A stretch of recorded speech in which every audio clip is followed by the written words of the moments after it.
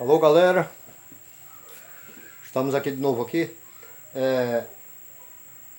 Tô gravando esse vídeo aqui mais para uma conversa, porque eu tenho recebido muitos comentários e eu tenho reparado que a maioria dos pedidos de ajuda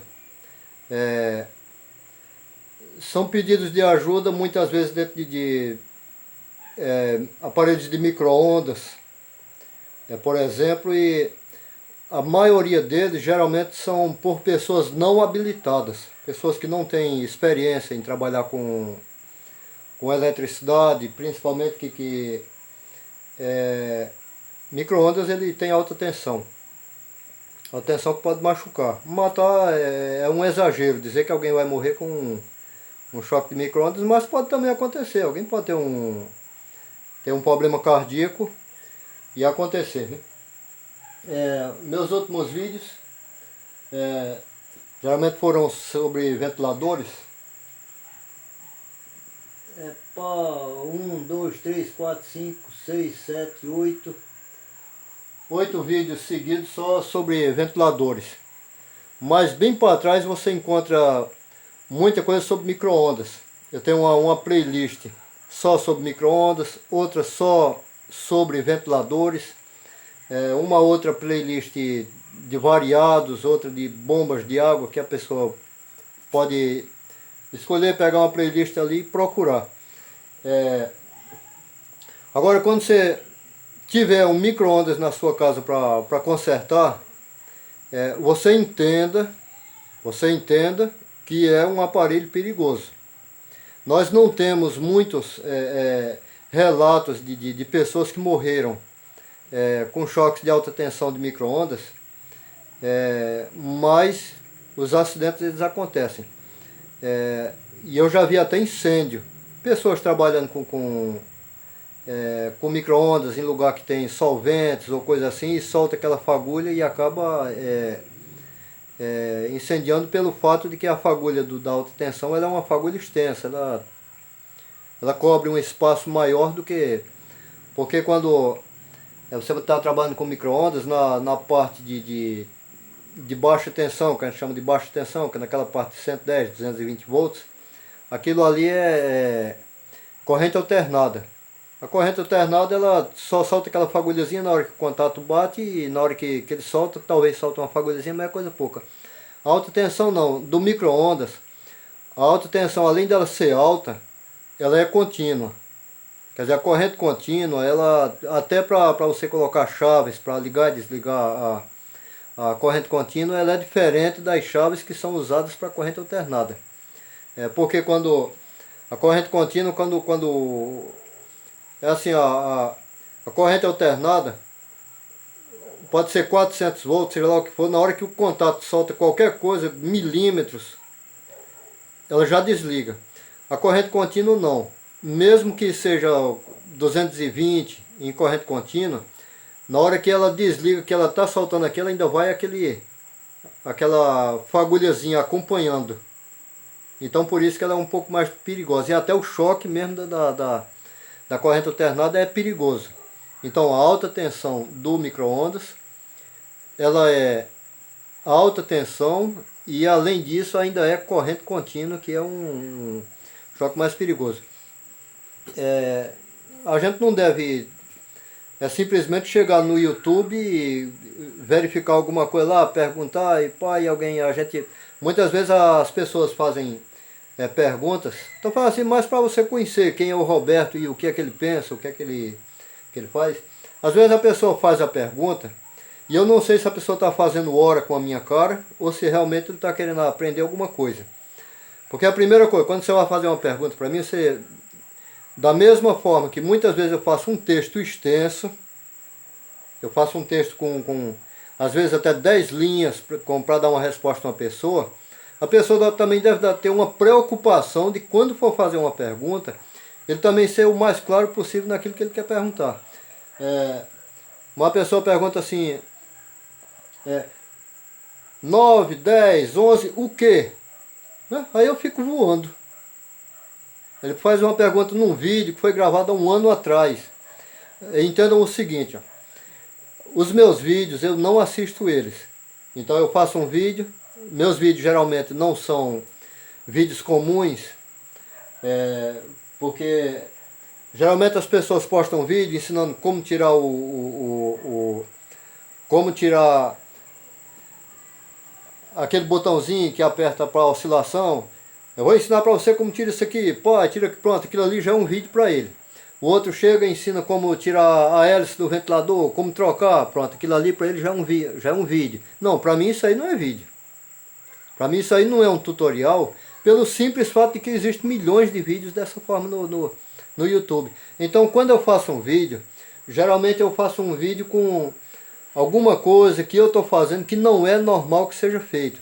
Então aquele vídeo muitas vezes é feito de improviso, em cima da hora, eu procurando pecinha para um lado, procurando para outro, tentando fazer alguma coisa. Aí quando a pessoa faz uma pergunta em cima daquele vídeo ali que já faz 8, 9, 10 meses que eu tenho postado ele, eu não lembro sequer o que é que foi feito naquele vídeo ali. Então a pessoa seja um pouco mais específico no que ele está querendo perguntar. Ele diga assim, por exemplo, Roberto, eu estou iniciando na profissão, ainda não fiz um curso técnico e estou querendo botar uma oficinazinha e eu queria saber sobre aquele assunto que você falou em vídeo falando e tal. E se der para você colocar o minuto onde eu falei aquilo ali, é muito mais fácil do que eu ter que assistir um vídeo meu inteiro, do começo até o fim, até achar aquilo que você está se referindo. Então é dessa forma que acontece. E como eu falei que existem pessoas que estão iniciando na profissão a ponto de nem sequer saber fazer uma pergunta, eu peço que você tenha um pouco de cuidado quando você for trabalhar. Vai consertar o seu ventilador em casa, tenha cuidado que ventiladores também dão choques, ventiladores matam. Você pode tocar fogo na sua casa, fechar um curto-circuito, alguma coisinha ali. Porque eu noto que a pessoa, quando faz a pergunta, ele não entende do assunto. Alguns já entendem alguma coisa, grande maioria não entende coisa nenhuma. Ventilador, micro-ondas é a mesma coisa, motores de liquidificador também, a pessoa deve ter muito cuidado quando vai trabalhar com eles. Uma coisa perigosa, furadeira, consertar furadeira. Eu vi um rapaz que foi consertar uma furadeira aqui perto de casa. Eu cheguei lá e estava ele consertando. Aí de repente, quando eu dou fé, ele montou a furadeira ali, não botou a tampa e tacou a tomada na tomada da parede, apertou o botão, jogou peça para tudo quanto é lado. Foi bater peça na telha. Quer dizer, não se liga uma furadeira com ela aberta. Só tem que testar a furadeira com... Primeiro liga, testa com o multímetro ali para ver se está tendo continuidade nas escovas, em tudo bonitinho, pá.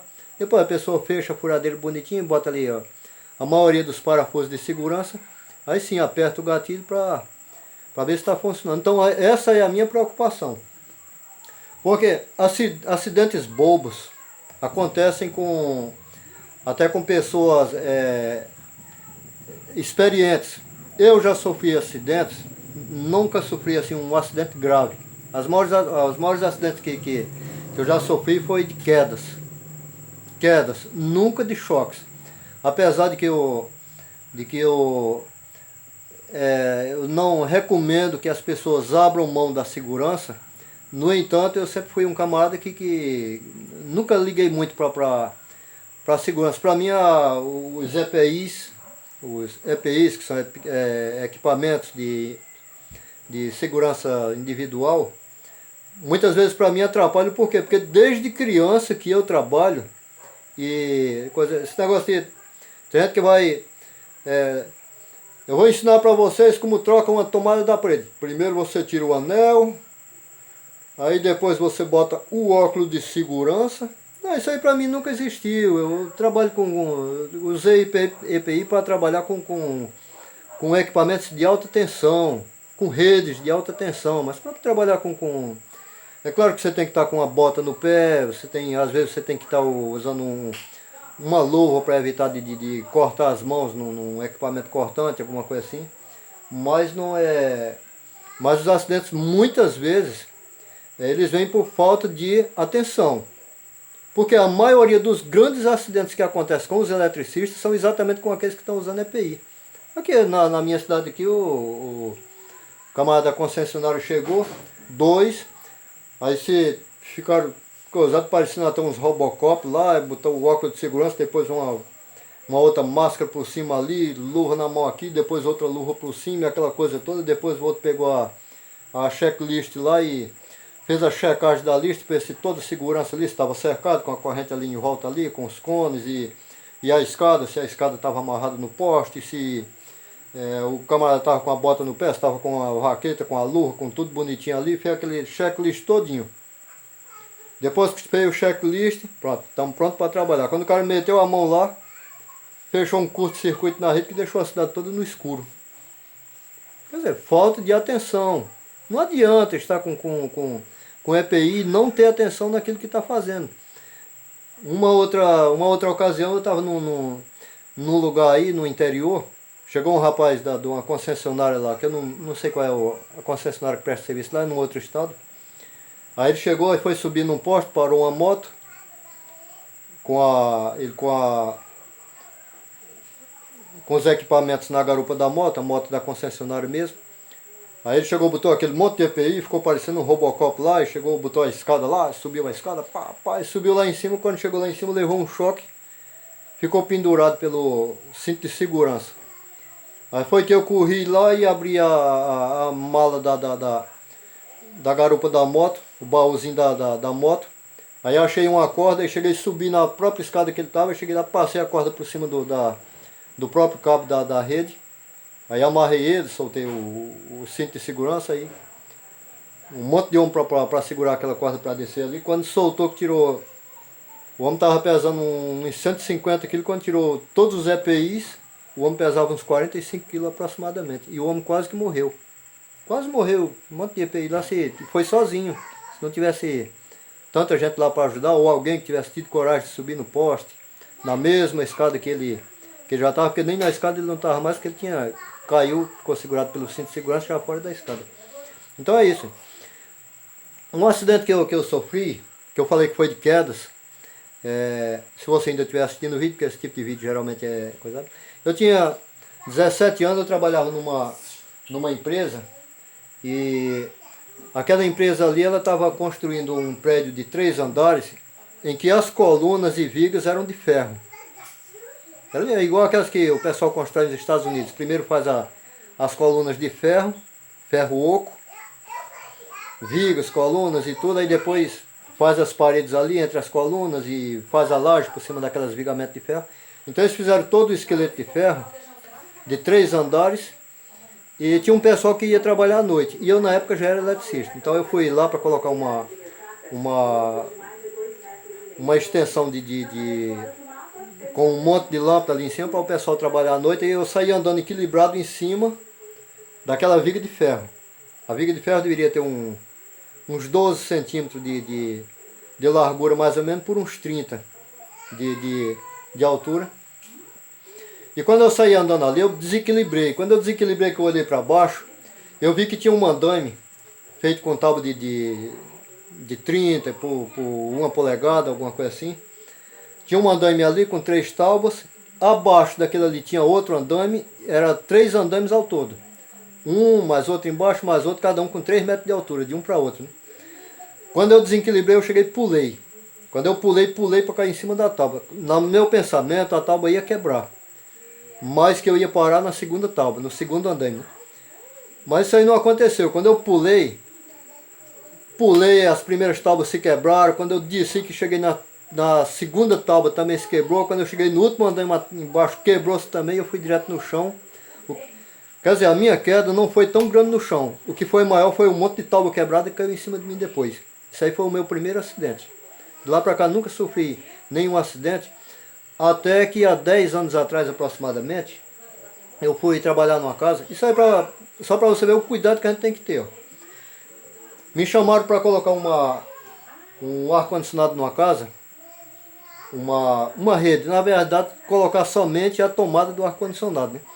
Só que foi feita uma reforma na casa e o pedreiro botou lá uma caixinha na parede, um astop. Aí ele disse para mim, ó, tá aqui o astop aqui, aí o cano tá subindo e tá saindo em cima do forro, na laje. Ele falou até assim, laje. Aí lá em cima tu procura um fio e tu liga.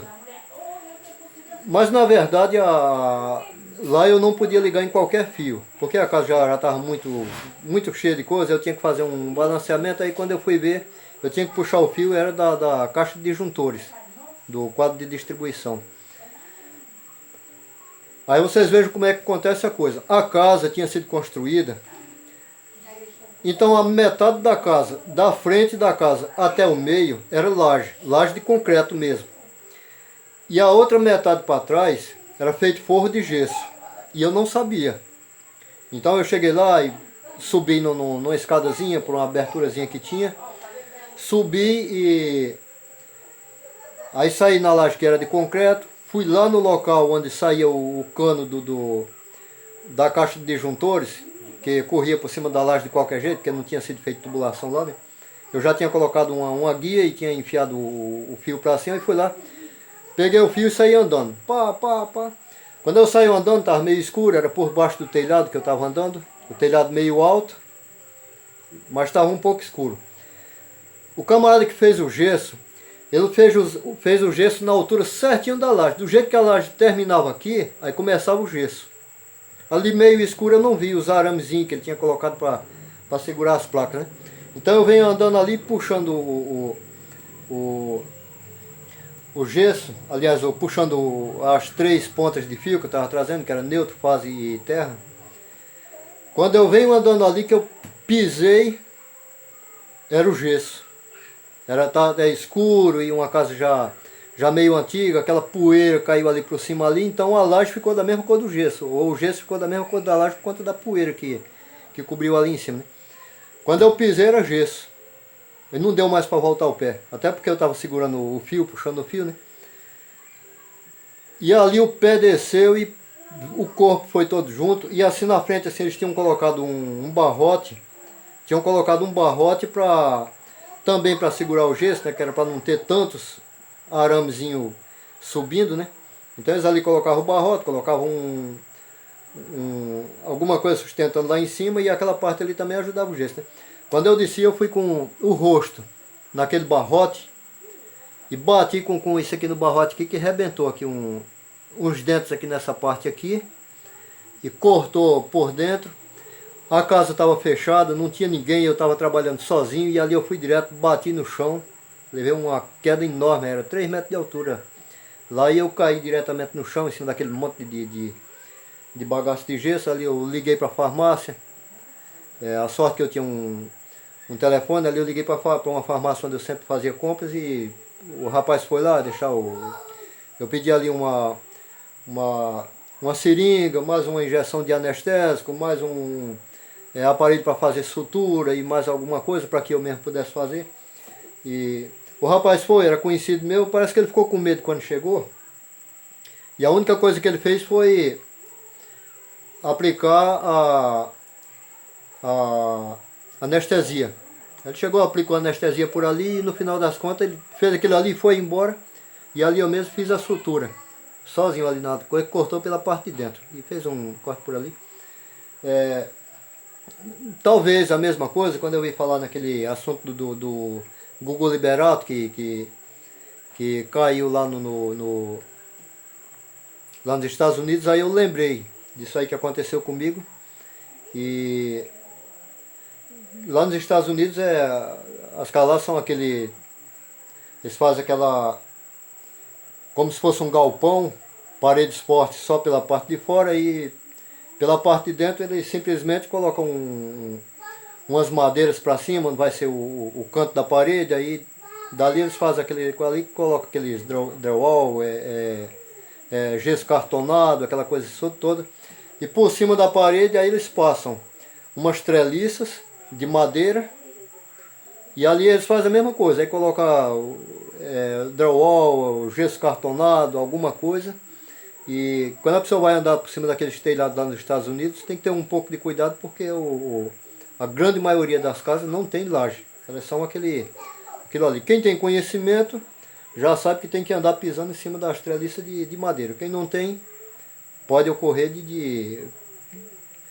qualquer uma pessoa, ele não era acostumado nesse tipo de coisa, né? Nos Estados Unidos, até porque alguém pode perguntar por que ele próprio foi fazer um serviço que poderia ter chamado alguém, né? Eu nem sequer acredito que ele tenha ido trocar filtro de ar-condicionado, até porque os ar-condicionados lá não tem filtro em cima do Eric, né? Que é chamado aquele forro ali, né? Geralmente os filtros são na parte de baixo. Tem o da máquina de refrigeração que fica na parte de baixo. Que é por onde entra o ar. Os da parte de cima por onde o ar entra para os ambientes. Ele é no teto mesmo, a pessoa só bota uma escadazinha, sobe lá e tira aquela tampa ali e troca o filtro. Então são dois filtros, são um que fica lá na parte que congela, que geralmente fica numa parede. Em cada pavimento tem uma saída de ar pelo teto e a parte que suga lá pela parede, geralmente numa parte de baixo ali, né? Ninguém sobe em cima do Eric para trocar um filtro. Deve ser outra coisa que ele deve ter que fazer lá, né? Mas de qualquer forma, nós temos que ter cuidado com aquilo que nós vamos fazer, porque por mais experientes que a gente seja, os acidentes acontecem. E isso aqui eu estou falando para os meus assistentes do YouTube, pessoas que assistem meu canal no YouTube, que tenham muito cuidado. Eu não quero ser responsável por um acidente de uma pessoa, principalmente quando é no caso dos micro-ondas, que eu tenho vídeos de micro-ondas que eu pego na alta tensão com a mão, mas aquilo ali, eu sempre digo que as pessoas que vão trabalhar não façam aquilo ali, pelo fato de que eu fui exibicionista. Já não sou mais porque eu já estou velho, né? Mas até hoje, se eu quisesse, eu ainda estava andando nos circos por aí, fazendo exibições com eletricidade, trabalhando com alta tensão, fazendo demonstrações, aquela coisa toda. Eu sei como faço as coisas, mas os profissionais nem sempre eles treinaram para isso. Foram treinados para trabalhar dentro de segurança, com EPIs, tomando todos os cuidados. E lembrando, quando eu era exibicionista, aquelas exibições que eu fazia com alta tensão, pegando na alta tensão, aquela coisa toda, aquilo ali eram treinamentos de meses inteiro e às vezes até anos tentando fazer aquele número ali. E na hora que eu ia fazer, tinha muitas pessoas ali que estavam no ponto de correr lá para se acontecesse um acidente na apresentação, eu ser socorrido a tempo. De repente poderia nem ser socorrido porque eram números perigosos, né? Mas é isso aí, gente. Isso aí era somente uma conversa que eu queria ter com vocês. Continuem assistindo os meus vídeos. Formem-se. Nós estamos num tempo em que as pessoas vão ter que consertar seus aparelhos. Comprar aparelhos novos hoje não é mais tão fácil como era antigamente. Hoje cada vez mais pessoas estão recorrendo ao YouTube para tentar consertar alguma coisa que quebrou em casa, mesmo pessoas de posse. Eu vejo pessoas que eu olho assim, mas essa pessoa não tem R$ 200 para comprar um ventilador, fica querendo consertar um ventilador que está queimando. Pela conversa da pessoa, o ventilador está queimando, mas ele envia 10, 12 comentários para mim, tentando que eu dê uma forma de consertar aquilo ali, eu vendo que o aparelho não tem conserto, mas não tem jeito, mas a pessoa está querendo. Então, hoje mais do que nunca, se faz necessário que as pessoas aprendam a consertar seus próprios aparelhos. Sim, quando eu falei lá no caso do Gugu, que eu perguntei, que eu fiz até uma pergunta e eu fugi do assunto, de por que ele não chamou alguém. É porque nos Estados Unidos, geralmente as pessoas fazem suas próprias manutenção. Nos Estados Unidos, geralmente a pessoa, por mais rico que seja, ele mesmo conserta o carro dele, ele mesmo troca o interruptor da casa dele. Se um micro-ondas dá defeito, aí ele mesmo já vai lá e procura um meio ali para ver se for na alta tensão, aí ele já compra o capacitor, o diodo e o magnetron e troca os três de uma vezada só e bota para funcionar. Ele nem sequer vai procurar se o defeito é em capacitor. Então, muito dificilmente uma pessoa que é técnico em conserto de equipamentos, que sai daqui do Brasil para ir para os Estados Unidos, muito dificilmente ele vai ganhar a vida nessa profissão, pelo fato de que lá nos Estados Unidos as próprias pessoas consertam suas coisas. Dificilmente chamam alguém para fazer. Para tirar o entulho lá da calha, que lá nos Estados Unidos os telhados lá são diferentes por causa da neve, aquela coisa toda. Então o telhado é liso, para que a neve escorra ali. Geralmente as próprias pessoas sobem em cima do telhado, desentope calha, faz aquela coisa toda, desentope a sua própria chaminé, porque é caro. É caro. Você chega nos Estados, uma pessoa nos Estados Unidos, por rico que seja, ele chama uma pessoa para dar uma diária de serviço.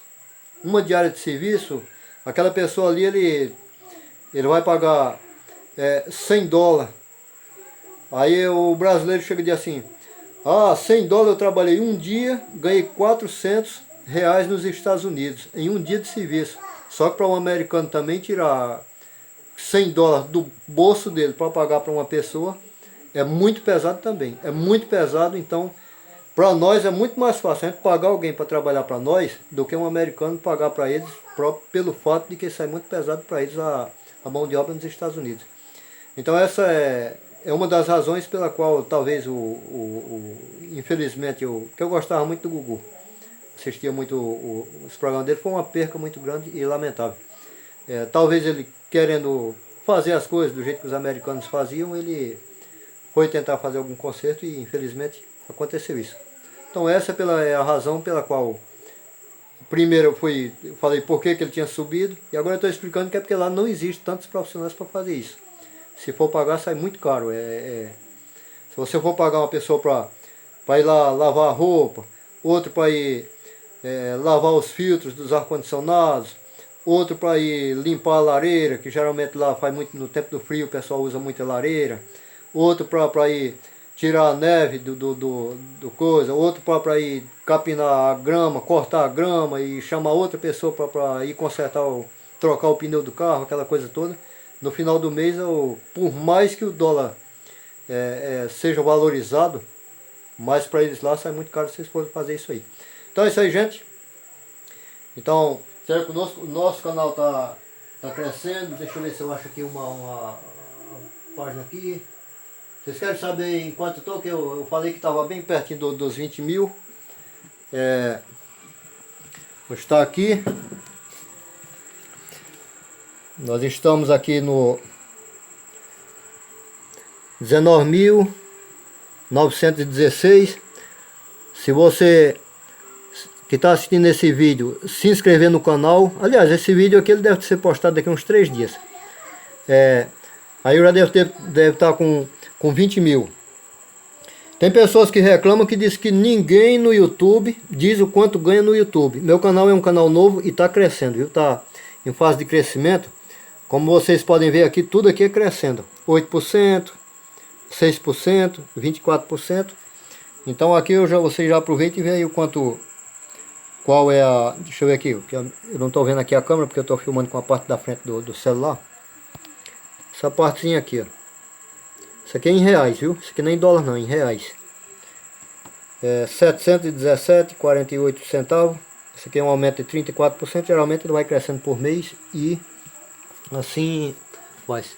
Deixa eu ver aqui que eu... Deixa eu ver aqui na estatística aqui que vocês verem melhor. Ó, tá aqui o número maior aqui. Isso aqui é a nossa estatística. Então é isso aí. Se você gostou do nosso videozinho, da nossa conversa, deixe seu likezinho, se inscreva no nosso canal e tchau!